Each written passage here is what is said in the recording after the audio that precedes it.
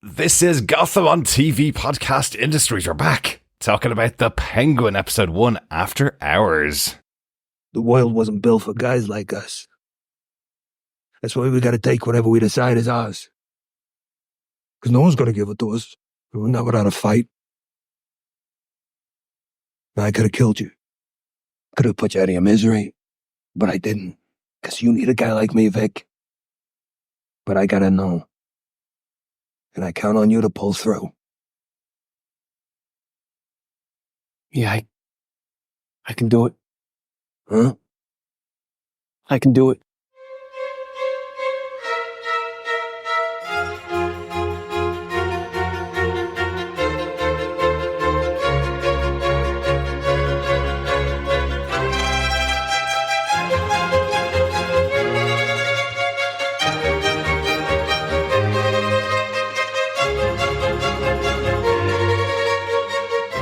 Welcome back, fellow Gothamites, to Gotham on TV Podcast Industries, talking about The Penguin. We're talking about the first episode, episode 1, After Hours. I'm one of your hosts, Derek. Hello there, fellow Gothamites. Welcome back. I am one of your other hosts, John.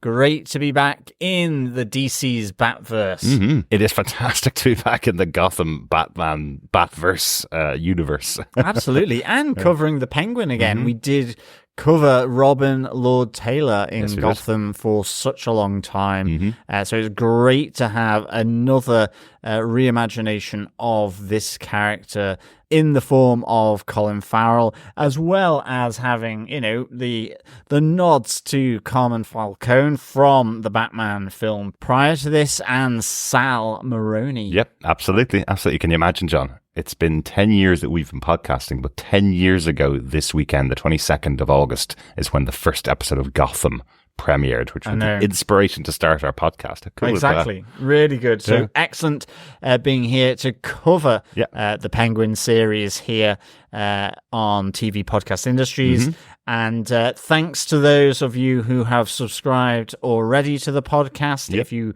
follow us through our Defenders work with Marvel, or indeed any of the other shows that we have covered in the past, but more recently, such as The Boys Season 4, The Umbrella Academy Season 4 as well. Season, yep. And, of course, we are currently covering Marvel's Agatha All Along, as well as Prime Video's The Rings of Power. Season 2, yeah. Season 2, exactly. Yeah. So it is a smorgasbord on TV Podcast Industries of differing properties and massive on DC, Marvel, Lord of the Rings. Mm-hmm. Wow. All at the same time. And if you haven't subscribed to the podcast, please pop on over to our website at tvpodcastindustries.com, where you can subscribe to any ornithological or gangster supporting podcast player of your choice.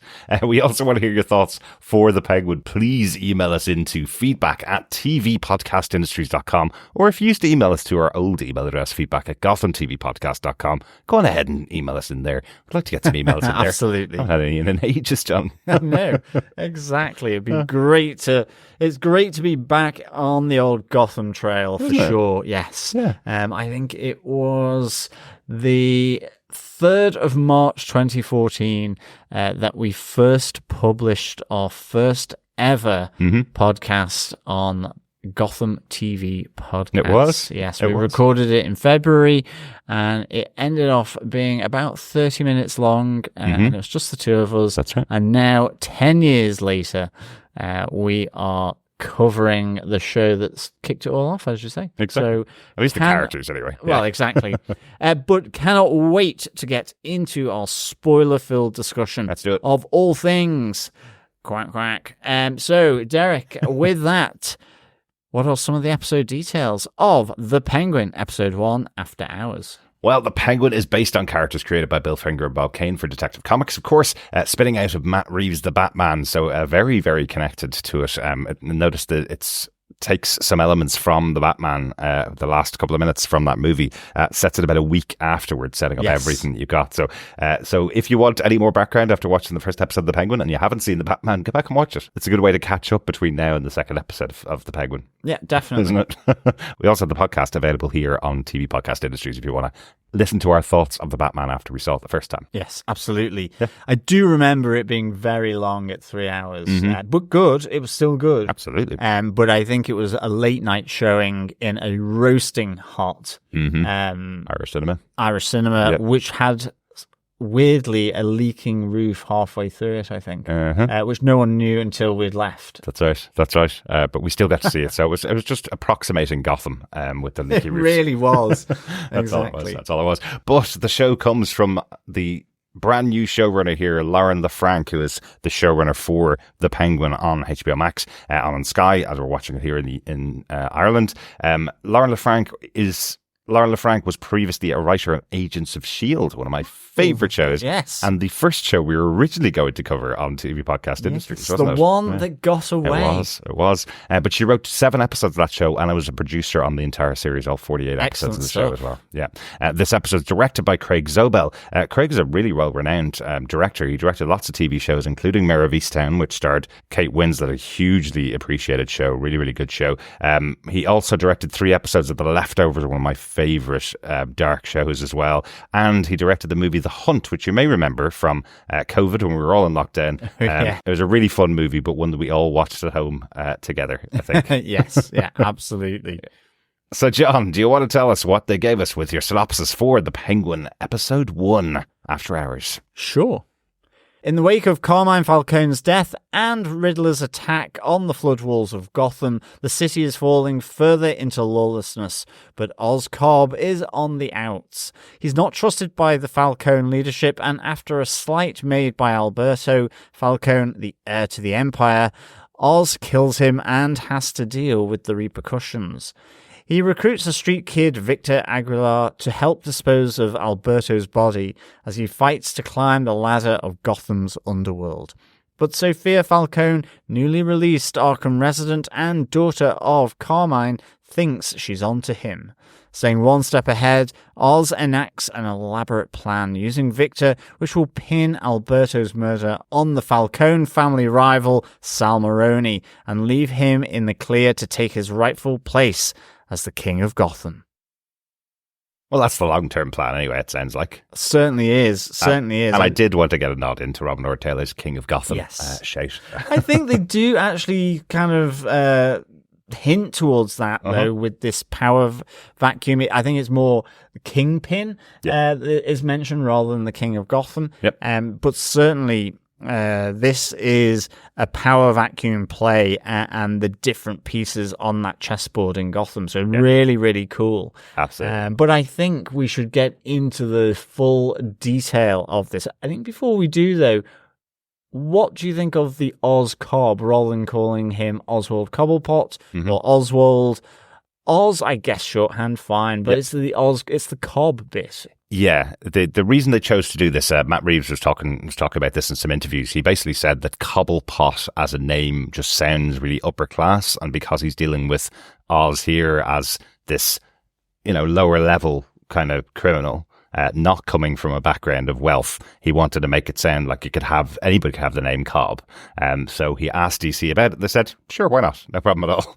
No issues with changing it. It's going to be odd for us. I'm sure we're going to call him Cobblepot a few times. I'm sure, yeah. Throughout the show. The Oz part of it, he is called Oswald by a few people, so Oz is just a short name. I think that's easy enough, and again, we'll probably call him Oswald, but the characters do as well. So that's just fine. the Oz Cobb. But the Oz Cobb, I don't think I'll ever call him Oz. I keep thinking of Corn on the Cob for some reason every time I say it. Yes. But yeah, okay. Yeah.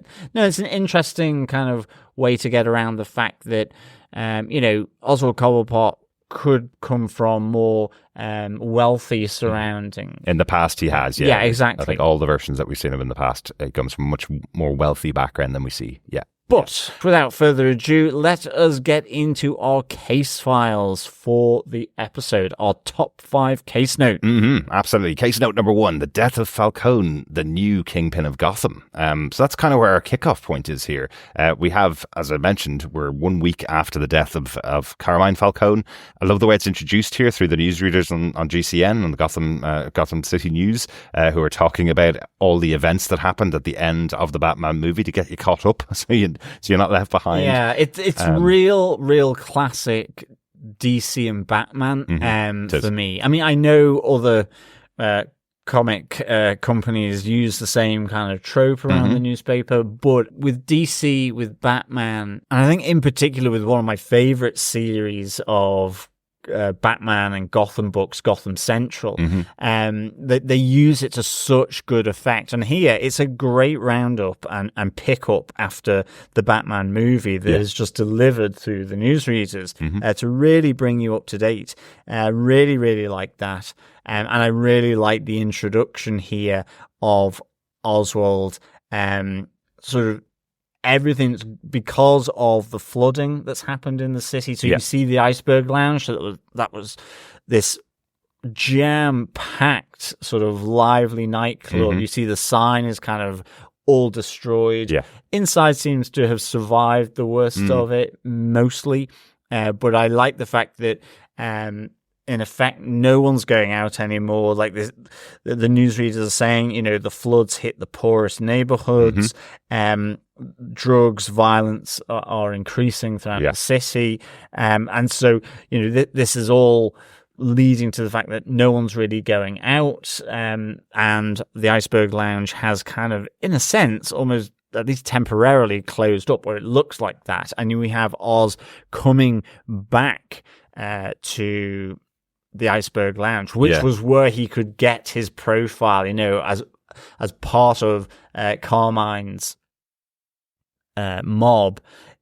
That's where he could sort of strut his stuff, like we saw in the movie.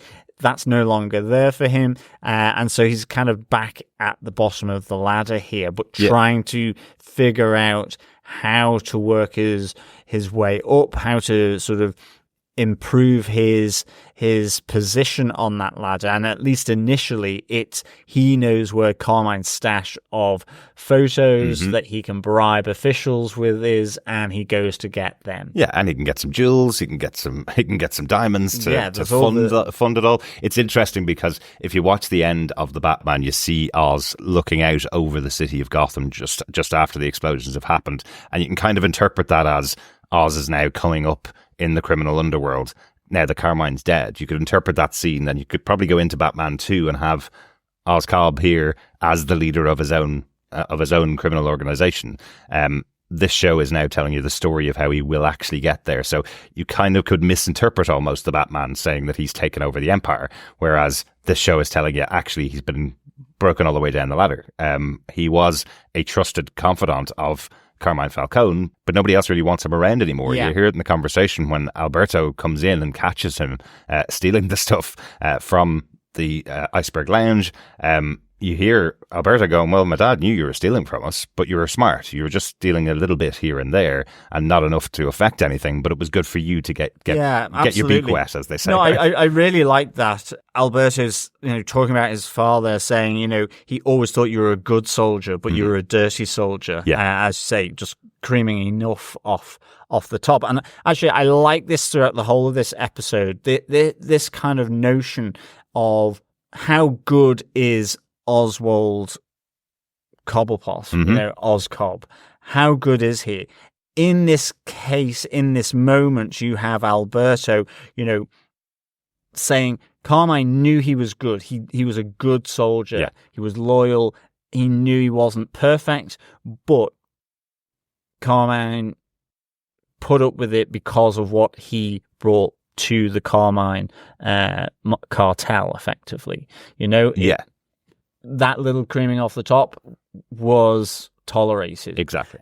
Here, though, you have Alberto really thinking that Oswald is really not that clever, pretty bad looking compared to him.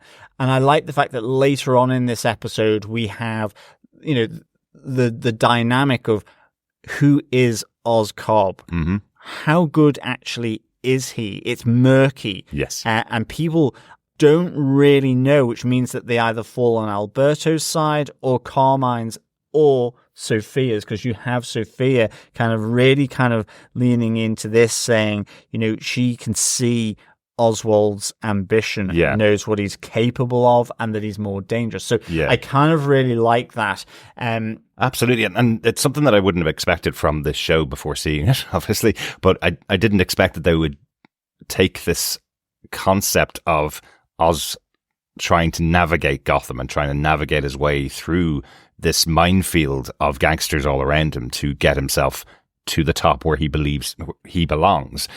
What a great idea. You know, it's kind of like, if you think about, a massive premium show that was on for 5 seasons, Succession, where everybody's trying to fight their way to the top of that organization and they're all finding problems with other people around them standing in their way. And that's kind of almost the setup that you have here for Oz. He was in a right-hand man position almost with Carmine Falcone. And don't forget, he was about to pull a gun and kill Carmine Falcone when he was taken out by the Riddler in the Batman. So he was about to do the murder himself, and here we have him killing Alberto Falcone here in this show. So so good there. It's really good. I love how real shock this works, because it's and it comes back. You know, we'll discuss a bit more in the case note around Oswald's mum.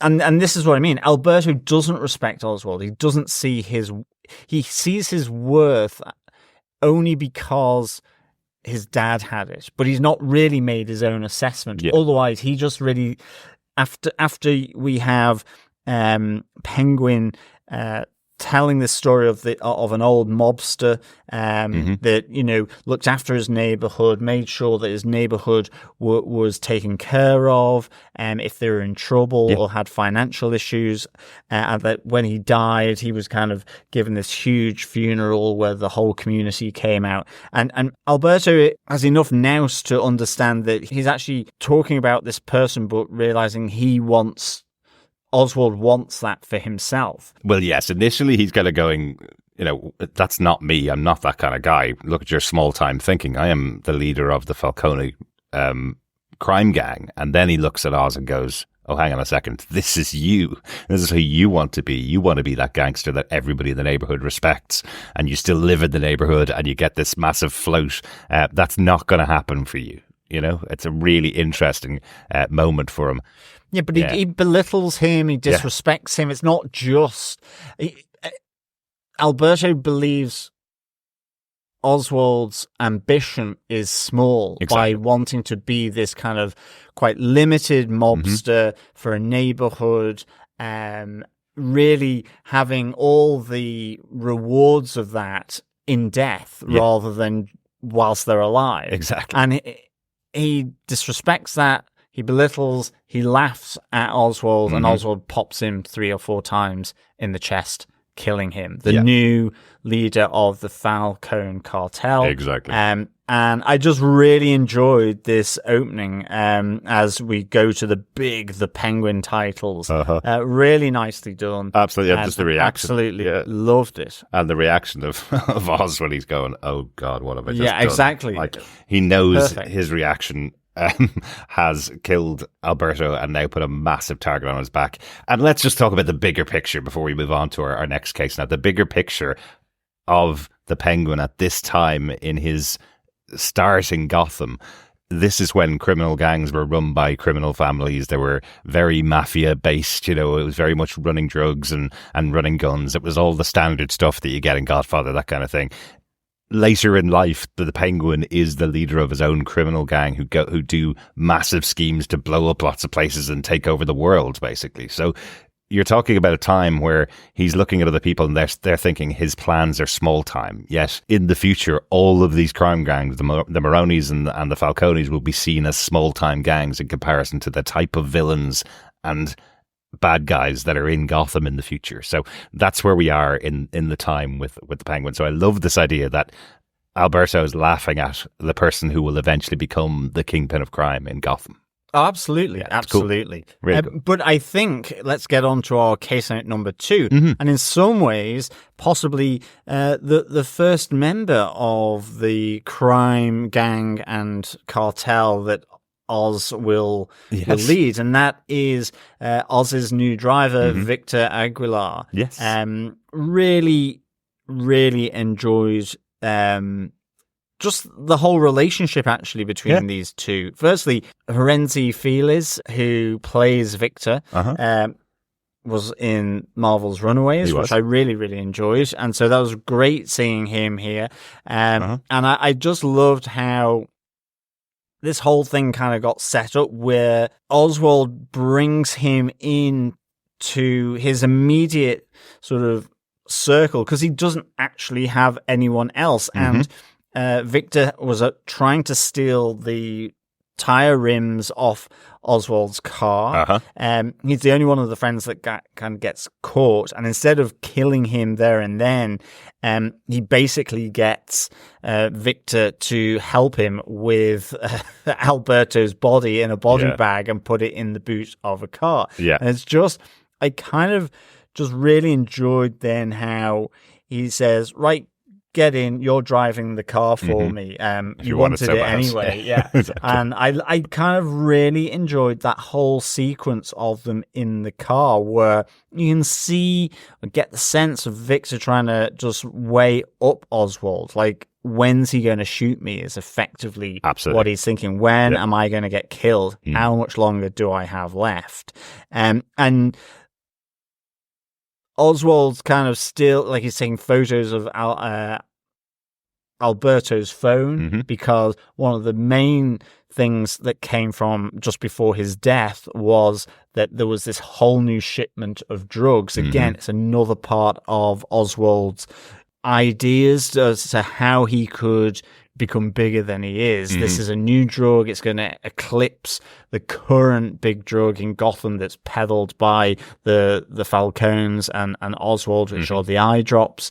And the drops, it's called. Drops. Well, they go into the eye. Exactly.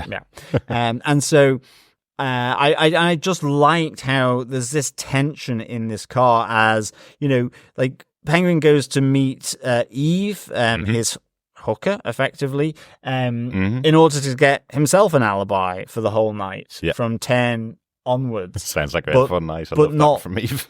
but not Victor. Victor technically is absolutely exposed here, as Oswald says, I own you. We're in this together now, because you've helped move the body. So you're an accomplice.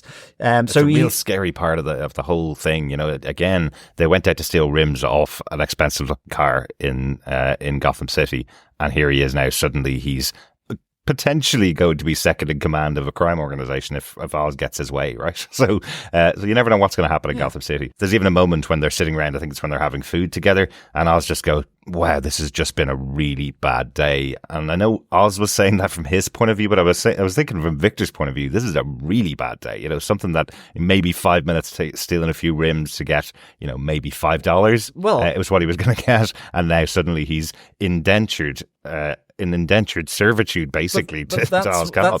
But that's what I love about it. When they're having the food, there's a ton of wheel rims there, and he says, you could have just come here rather than using mine. You wouldn't be in this situation. But I like the fact that you get the sense of a bit of a connection in the car because they come from roughly the same part of town. You also then have that conversation with Oswald saying to Victor, well, where's your ambition? Because yes, why are you going just after wheel rims? Isn't there nothing more than that? He says, you've only got $1 in your wallet. You can't afford to have no ambition. And I kind of like that once they've dumped the body in the back of a trunk in this sort of scrap yard, Victor thinks he's going to get bumped off by the Penguin here because Oswald says to him, it's a great sunrise, have a look at it, you know? And he just thinks he's going to get a few bullets in the back of the head. And in a sense, I like the fact that, and I think probably Oswald does, you know, Victor does absolutely, it's not a plead, he negotiates for his life. He's kind of like, wait, you know, I do have ambition. Yes. I need a chance, and I can help you with whatever you need. Yes. You know, and Oswald, I think, gets that. He says, you know, the smart thing here would be for me to pop 2 in your head and get rid of you, and that's the end of it. You know, he gives him that chance with the caveat, if you step out of line, I'll gut you like a fish. Yes. You know? So I really liked this relationship. I loved how it was set up. I really enjoyed Victor's character. I mean, I was there going, oh, Victor, maybe it's Victor Saz, a different sort of take on Victor Saz. I just don't know. We had Victor Saz in Gotham. Very well. And who ultimately came on board with the Penguin. He did. So I really kind of enjoyed this duo together. It really worked for me. And yeah, I thought it was a great casting to have Renzi Feelers from The Runaways there. He's really good. I'm going to ask you the question as well, John, or I'm going to say the statement. You definitely thought Oz was going to kill Victor as well. Absolutely. He was making his decision in that moment. Yes. What comes out a little bit later on, which I thought was added to his decision to not kill Victor, is that when Oz takes Victor's license and finds his address, and then they have that discussion about where he lives and what building he lives in effectively, that's when Oz realizes that Victor's lost everything in the floods. He says it to him a bit later on in the episode, but that's the moment that he realizes, hang on a second, this kid has nothing. He has $1 in his wallet, as he saw, but not only does he have nothing specifically to himself, he's saying you probably lost everything in the floods because the building your address is gone. That was destroyed in those floods. So a week earlier, this kid had gone from having a home and having family to nothing. So this is the reason. This is the other reason why I think Oz has an extra connection with him. Absolutely. There's a bit of a protection from him for what he's gone through, what he's just experienced. Yeah, and I like the fact that Victor has this nervous stutter, but it hides this fight in him. Yes. You know, as I say, if he fights to not be shot by Oswald, and I think with everything else, Oswald gets it. Yeah. And has a sort of a basic understanding of Victor because they're from the same part of town. And I like how that plays out back at Oswald's apartment where he says, right, I need to get ready for work. Clean yourself up. I'm just going into the bedroom. I'll know if you've nicked anything. Yeah. You know, they're both he knows that he could get stuff swiped by someone from that part of town, but he can spot, he's got everything catalogued. He knows if someone's thieved from him. So I really kind of like this. I think the other thing, just, you know, to say the prosthetics of Colin Farrell are absolutely fantastic here. You know, totally unrecognizable as Colin Farrell. I think that was like when everybody saw him in The Batman, that was the first comment you heard after people had seen The Batman. Oh, wait till you see what Colin Farrell's done. Wait till you see how he looks in this. Yeah. And everybody was going, even from the original trailers, people were going, where was Colin Farrell in the trailer? Well, exactly. But he said in an interview today that the only thing real and the only thing on screen of himself is just his hands and feet. Everything else is a prosthetic, effectively, from his ankles all the way to the top of his head. Well, you say that, but I hope that's not the case, because the reason why I bring it up here is that the prosthetics of both the face and his club foot are really, really good. So I'm hoping that's not his real foot. That might not be his real foot, because I just thought, you know, that was really, really good. Again, seeing why he wears that metal brace that goes underneath the foot. It really,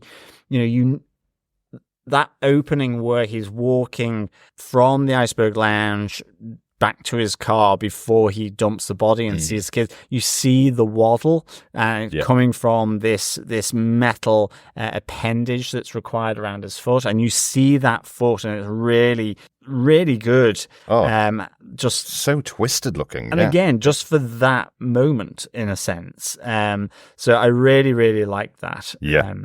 But I think as we're talking about work, I think we can go on to case note number 3. Absolutely. Which is enter Sophia Falcone. And the reason Sophia Falcone, she has been released from Arkham Asylum following the death of Carmine, but she is responsible for killing a number of people to the point where she had the nickname the Hangman. And I think the interesting thing here that kicks off, like, again, just a great back and forth between Sophia and Oswald in this episode, is that you see Oswald is having to clean up all the drug products that have kind of been fished out of all the sewer water and the seawater. They got 30% back, but a lot of them were in sewage. But sure, druggies don't even mind about that. We'll just clean them up and sell them to them. You see him going to work in sort of the factory, with all the street level guys, but he's called in to the Falcones, to their mansion, and is ultimately given the news that the higher ups have decided to shut down Oz's plant because they're consolidating, and he's trying to kind of work with them here to say, yeah, but we've cleaned up 70%. You know, we can make money out of this. You know, it would be stupid to shut this down because it's a money spinner. But the two higher ups in the Falcone family, Viti and Milos, they, you know, I think Johnny Viti says Milos is polite. He wants to, you know, tell you to your face, and he cares about these things. He goes, I don't. You know, this is shutting down, and that's it. And you get then Oswald using the information that he'd gotten just before he'd killed Alberto about knowing about a shipment coming in, and potentially this could add to the portfolio of the Falcone family business. But it just coincides with this kind of silent entrance. I loved how this was shot. As Oswald is talking about the shipment coming in, it would be a new phase in drug supply and the type of drug that it is, and you just see in blur Sophia Falcone entering through the door into this room wearing white, all sort of slightly fuzzy because she's not in focus in the shot, and really, really good. And this is the moment where she kind of asks about Alberto, does anyone know where he is, but specifically towards Oswald, because she hears this confidential information that only her and Alberto were a party to. Because likewise, Alberto had plans to involve his sister Sophia. He visited her regularly in Arkham, unlike the rest of the family. And he wants to kind of stuff it to these older members of the family, like Johnny Viti and Milos. Absolutely, and she just strikes such a presence. Again, really good. Sophia Falcone is another character that we know well from Gotham. She joined the series a bit later on in the show. She did have a big presence in the show, so it's great to see another interpretation of Sophia Falcone from the comic books. I think The Long Halloween is probably the big story that had Sophia Falcone involved in it. A great, strong character. But what I also love about taking stuff from DC and transferring it to a TV show, you just say two words and it can have such an impact on your impression of somebody. Those two words in this case were Arkham Asylum. Yeah, exactly. You know, we have Sal Maroni in Blackgate Prison, which is mentioned very often. Blackgate is just the normal prison in town. But if you say someone has just been released from Arkham Asylum, it comes with that big gravitas about it. Hang on a second. How crazy is this place? Yes, exactly. How far did they go to get put in Arkham Asylum? And you can tell there's kind of a sense when she's dealing with other people around her that they're kind of walking on eggshells a little bit around her, trying to work out who she is. There's a moment where she takes Oz out for dinner and has that discussion with him, and she just eats like she's absolutely ravenous at this 5-star restaurant where her father used to bring her and pay her not to put her elbows on the table so that she wouldn't show that they were from the wrong class there, basically. So here she is having dinner with Oswald Cobblepot and just gathering up the food in her hand and stuffing it in her face, you know. So there's a different side of this person, Sophia, that we're seeing. In a sense, she's like, whether it's because of her time in Arkham or she's always been distant from her family, or at least the formalities of her family. You know, she says it's a bit too posh, really, effectively, this restaurant. But it's really good because the reason why they go for dinner is that Sophia follows Oswald out as he leaves the Falcone mansion because he didn't answer her query about Alberto, if he knows where Alberto is. And I think, again, what you see here, one of the skills that Oswald has, and you saw it with Alberto, you know, with Alberto, Oswald is found with his hands in the till, really, by having opened up the safe, and at least with the gems, Yeah. you know? And again, here, Sophia knows that he is talking about information that he should not be a party to. And he has this great way of talking his way out of it, which she, in a sense, recognizes. Oh, yeah. You know, she says, I heard you talking about Alberto's plan. You're either stupid or confident, you know, that you pitched it as his own. I'll ask you again, you know, do you know where my brother is? And, you know, he hides this complicity in his death, and basically saying, well, I was in on it too. Did he not tell you? Oh, he kept us both in the dark over this. You know, he's an addict, drugs, booze, women, sex. You know, he will show up. He's gone missing before, and he kind of just weasels his way out of it. But I do like, as I say, Sophia just kind of leans in and says, you know, other members of my family don't see it, but I've always seen your ambition, and I know what you are capable of. Yes. You know, she knows he is dangerous, and she doesn't trust him. Certainly not in this moment. Absolutely. But it's so well delivered. It really is, because it could sound like a compliment, but it sounds like a threat. Yes, exactly. You know, people in my family underestimate you, but I know what you're capable of. Sounds like I want to make you the new Kappa for our family, but actually it's, I will never take my eyes off you. I know there's something going on, but just so good. I love that scene where the two of them are sitting together. These are the co-leads for the show, Colin Farrell and Christine Milioti as Oz and Sophia. They're the co-leads with Victor Aguilar as well. But you can tell when you have the two of them on screen, you can tell why they're cast in these roles. They're so good. Just going back and forth between the two of them. So I hope. Well, we're that's see it. a lot I mean, more of that. Kristen Milotti's intensity as Sophia. I mean, I love it because, as you say, it puts everyone off balance. I mean, even, you know, you have how she portrays that intensity, slight, unhinged. Even, as you say, just the way she ate her food. You know, even makes Oswald uneasy. Yeah. You know, sat down. And which, again, she tries to needle in on. And it's so good. Yeah. Really enjoy it. And yeah, she ultimately completely suspects him of killing her brother, and you know, goes to investigate this. Absolutely. We're going to talk about the other scene with Sophia in our final one of our case notes, but I think we'll leave her there. I'm sure we'll be talking about her. As I said, she's the co-lead of the show. We'll be talking about her every single episode, I'm sure, for the rest of the season. But let's take a quick detour to the other family member over on case note number 4.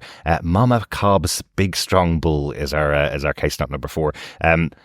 There's just this really odd scene, really. That, you know, it really confuses Victor, where Oz drops his car off and gets on multiple trains out to the suburbs. And Victor has no idea what's going on. And then Oz gets into a, what would you call it? It's just a Volvo. A crappy station wagon, basically. It's a Volvo estate, but with really good rims. Yeah, exactly. So going from his incredible purple Maserati that he got in the city and then out to the suburbs to get into his basic suburban car to drive out to his mom's house. So he's taken Victor out, kind of bringing him even more into his confidence. He says to him before he goes in, I haven't brought anybody here ever before. So it's interesting, given the conversation he has with his mother when he goes in. He gives her the necklace that Alberto had given to him, this really expensive looking jewelry. He hands that over to his mom. And then he has the conversation with her, telling her, we're leaving now. We're going to run away. Because she's in danger because of what he did. He killed the new leader of the biggest mob in town, effectively. And he thinks his mom is going to be killed because of it. Yet he just brought Victor there. So, I don't know. I think that feels like it's a bit of an extra level of trust or an extra level of respect that he's got for Victor now. He's giving him that information that this is where my mom lives, and he's terrified for his mom that she could be killed based on what he did. So I do like that. Well, he tells Victor, you know, not many people have been here, and not to let anyone know of this place. And Victor finishes the sentence, he'll gut him like a fish. Yes. I like the fact that, you know, that his mom who's in the early stages of dementia, sort of suddenly sees him as like, there's someone in my house, Oswald, and he's like, no, oh, it's Victor, he's going to help you. And she's like, is he a nurse? He goes, well, he's got nurse-like qualities, with Victor trying to protest that he's not a nurse. Exactly. I mean, it is really well done. I love this. And I love the fact that, from covering Gotham, but also, some of the big Oswald and the Penguin comic books, one of the driving forces of Oswald has always been his family, whether for good or for ill. But in particular, his mother has been this driving influence, and you see this here. Again, she ultimately realizes that he is piling on the BS to her and says, when did I lose your respect that you're giving me this yarn? And she asks him, what did he do? And he tells her straight out that he shot Alberto because he laughed at him, and that it was impulsive. And this is where she's kind of just grabs her. She tells him, you sound weak. Are you a weak boy? It wasn't impulsive. It was an instinct that you killed him because he was weak. He was the one disrespecting you, laughing at you, and belittling you. The city is there to be taken by you. What are you going to do to take it? And this is like the moment which ultimately, the driving force for our case note 5 is, what are you going to do to take this city? Because you cannot expect it to be offered up to you on a plate by the crime families. And in a sense, it's a similar conversation to Oswald and Victor whilst they're having the burger. What are you going to do that will give you ambition? Are you going to steal wheel rims, or do you want to be part of what I'm about to do? To come in, take that risk, and if you show loyalty, if you can show that you prove yourself like you want to, then you're in it. And indeed, as it plays out, he does say to Victor, you've earned this. I want to run this city, and I want you in on it. Yes. Yeah. I feel that actually, that conversation is also very connected to what Mama Cobb says to him. It feels like that moment where you realize, again, a lot of us are a product of our parents, and if you get guidance like this from your mom, after you've just told her you've murdered the new crime boss in town, she's going, hang on a second, you did the right thing because the town should be yours. What are you going to do? That will lead you to give the same kind of advice to other people. And that's what it feels like with Oz here. He kind of needed a re-up from his mom. And I love how she snapped back here. Deirdre O'Connell, who plays the role of Frances Cobb, Oz's mom, does a great job of playing both sides of that. She plays the early stages of dementia, those moments where if you've been around anybody with dementia, you'll recognize them, where they just say something that you go, oh, hang on a second, that doesn't seem right. She talks about his brothers being in the bath. The boys are in the bath, and he's kind of going, well, hang on a second, what's that about? But then she snaps back instantly into this really strong matriarch who's telling him, you are the strong bull, don't ever forget, and don't let anybody put you down. Loved how she played both of those sides of it. You can really see it inside of her. Exactly. Really, really good. So yes, welcome on board to a different mom. We had a very different mom in Gotham, played by Carol Kane, who played Mama Coppelput, and had a very different origin story. Gertrude, yes, had a very different origin story. So again, another recreated character, another different take on an existing character in DC. Absolutely. So we say bye to Mama Cobb until next week, I guess. Let's go on to our case note number 5, which I've called Put the Blame on Mame Boy. Based on that trigger moment for Penguin, for Oz, where he realizes, actually, hang on a second, maybe I should transfer the blame that is coming towards me for the death of Alberto. I'll put it onto a patsy. I'll put it onto someone else. Just a little note here that I also really like. The song that's being sung, Put the Blame on Mame, is by Rita Hayworth. She's the one that's on screen. Rita Hayworth never sung a word in her entire screen career. She was a great lip syncer. So the actual voice on screen is a lie. Somebody else is singing the song. So I love that little extra piece of information, because effectively what Oz is watching on screen is Rita Hayworth lying that she's a singer, saying put the blame on somebody else when somebody else is singing the song. Just a little touch. Yeah, it is. Yeah. And again, he involves Victor here, and the little pep talk, the world's not made for us. Mm-hmm. We have to grab what we can. Yeah. This is definitely a quote from the start of the episode. Yes. Yeah. Can I count on you? Mm-hmm. So it's really nice. But there's a number of things then that start to play out here. Loved this. The plan that Oswald has concocted, and the first part of it is that he heads to Blackgate Prison in order to meet with Salvatore Maroni. Oh, yes. Clancy Brown. Exactly. Welcome Clancy back, Brown. Clancy Brown. Really good. Yeah. And to offer his services up to the Maroni family, ultimately, in the sense that, he tells him that he can offer up Falcone's drugs business as they're about to close it down and move it from the existing plant. And he can play the informant here, play this double agent role to tear down the Falcone empire. Mm-hmm. And I love the fact that this is the skill of Oswald. It's what Sophia recognizes, that Sal Maroni is interested here, but he doesn't trust Oswald Cobb, Oz Cobb, because he's had those moments in the past where he's been betrayed. Yeah. There is distrust here just a bit from Sal Maroni to Oswald. I also get the feeling Sal Maroni absolutely hates him. It's not just distrust. He's like, I don't want to go anywhere near you because the amount of times you've ripped me off, the amount of times I did maybe put my faith in you in some way, and then you turned on me. Absolutely. So now you're telling me you're going to turn on them and I'm going to have to work with you. It's really good because I didn't know where it was going. I thought this was a standard Oswald Cobblepot play where he's going to play double agent and Sal Maroni was going to take him on board. When he gets rejected by Sal, I was going, oh, is his plan out the window? But no, of course, it's a much more complex plan than I thought it was.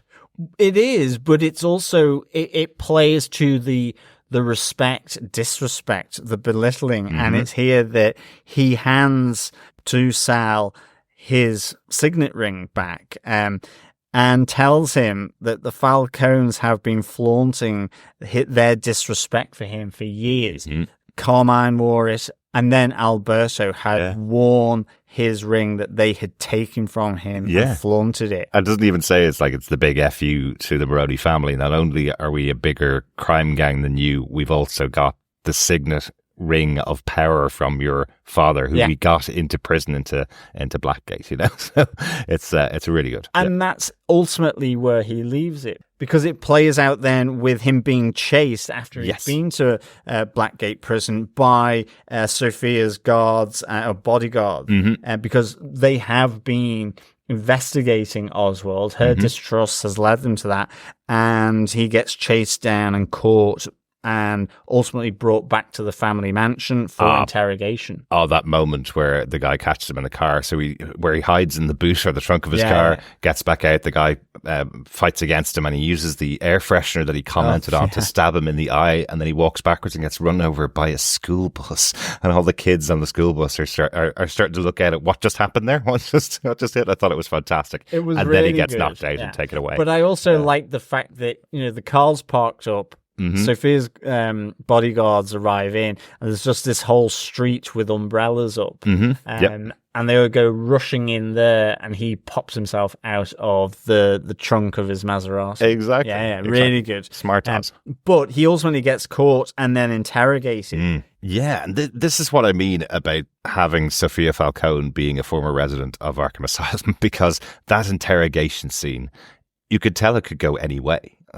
She brings out one of the kids who was effectively in the gang with Victor, who was trying to steal Oswald's hubcaps, who's given the whole story about Oz actually being at the Iceberg Lounge the night that Alberto died, but he's tied up, and Oz is able to push Sophia to believe that actually trust Oz Cobb, not the kid, and she shoots the kid in the head. And then again, Sophia twists back and goes, so you're willing to just let a kid die, even though you know he was telling the truth, But that's as long as you live, you'll do anything, basically. So love it. But that's it. And she's right. Yeah, I mean, I absolutely love that. and again, she says, you're good at talking your way out of things, even if it costs someone else's life. But then she's like, tell me I'm crazy. Are my suspicions all in my head? You know, she asked the question as the kid is dead there. I love the fact that, you know, he's been flaunting his Maserati to her earlier in the episode, and she's like, you know, this kid saw you and the plum car that is very difficult to forget. So, you know, she, in a sense, Oswald, then the torture continues as they using kind of like a piano wire. Yeah. But doesn't she even say, like, my father's no longer here to gift you with all the things that make you feel like you're a powerful person? You're not, and I'm not going to give you anything. And not only that, the things you bought with them make you stand out. So you can't do, you can't kill my brother and get away with it. Exactly. Yeah.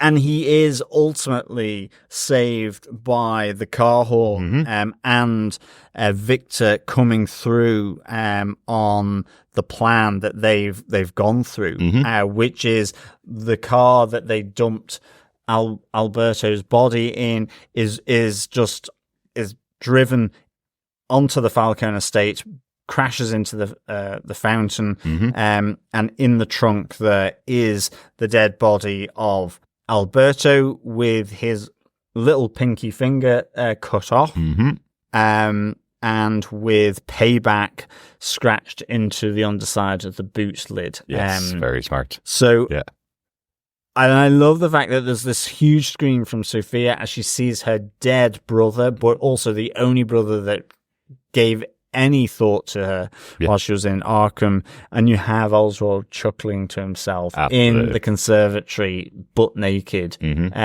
because the plan has come through. Yes. I was having to think about the plan as well. Oz calls Victor before he goes to visit Sal Maroni.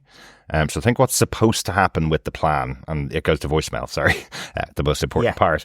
He calls him before he goes to Sal. So what I think what actually is supposed to happen is the car is supposed to turn up while he's in Blackgate with that alibi.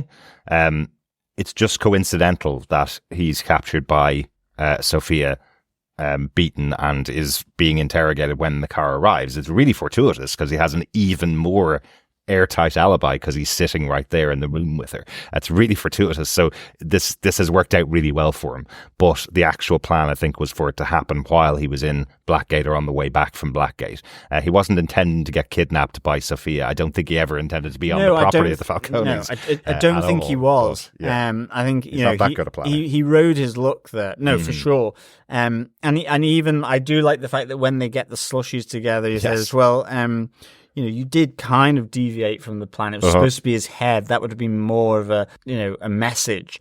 And you just have Victor saying, yeah, but I started to think about cutting through the neck. And then I was like, do I go from the front or the back? And then I just thought of the spine. And so in the end, it just left the body. But I just kind of thought it was really, really good. It was. And Oz even goes, well, that's something to work towards in the future. So again, Oz is kind of aiming for some craziness.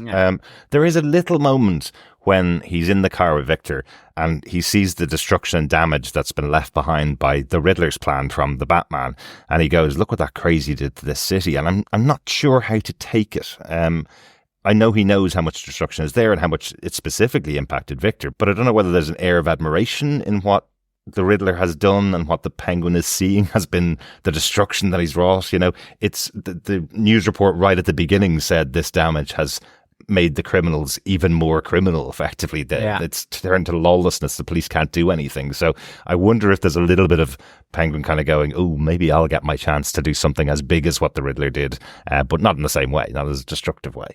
Yeah, absolutely, maybe. And also, I like the fact that him celebrating his win with Victor, because you kind of go, well, it all seems quite out in the open. But like you said, it's understanding your opponent here, and in that I've given him his ring, he will be walking around with that. Yeah. They're going to have to claim this as their act, even though I've done it. You know? Yeah. And if they don't, who cares? Yeah. Yeah. But if they do, then I'm away in a hack, basically. Yeah. Good stuff. I love this plan. I thought the execution of this plan was really good. And again, it's just that Machiavellian nature of Oswald Cobblepot that brought to life really well. And again, that you understand why this show is set at the time period it's set, because having Cobb in the middle of standard mafioso type gangs really works well. It did for Gotham for 5 seasons. So absolutely. They've got lots of material to play with here for this this one-off special show that we have.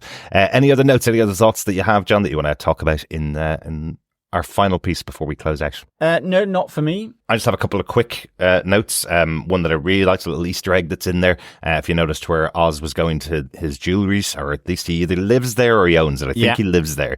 But right next door, it has a jewelry shop called Burgess, which is a little nod to Burgess Meredith, who played the Penguin in the original 60s Batman. Maybe he'll go and get a suit at Robin Lord Taylor's, maybe? Maybe his podiatrist who takes care of his club foot will be called Danny DeFeet and Toes. Maybe yes. Okay, that one might be a stretch, but Robin Lord Taylor's would definitely work. I think Danny DeVito's would have worked. That could work. Anyway, but it was nice to see a little touch back to the original live action Penguin from the 60s Batman. Yeah, absolutely.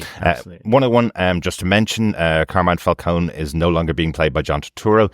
He has been recast. John Turturro, I guess, a world-renowned cinematic actor and film actor. He's not able to come back for the TV show, but it's only for flashbacks. Anyway. Exactly. So you may have seen it on the flashback to his killing right at the start of the show. He actually had the actor that's going to be playing him in those flashbacks. Had him in there instead of using John Turturro. Yeah. Okay. There you go. Excellent stuff. That's it for me, John. We'll throw it to you. How would you rate this episode of Penguin? I would give this 5 portions of fish and chips out of 5. I really enjoyed this opener. I think the 3 main sort of beats here for me in terms of Colin Farrell as the Penguin, as Oz Cobb.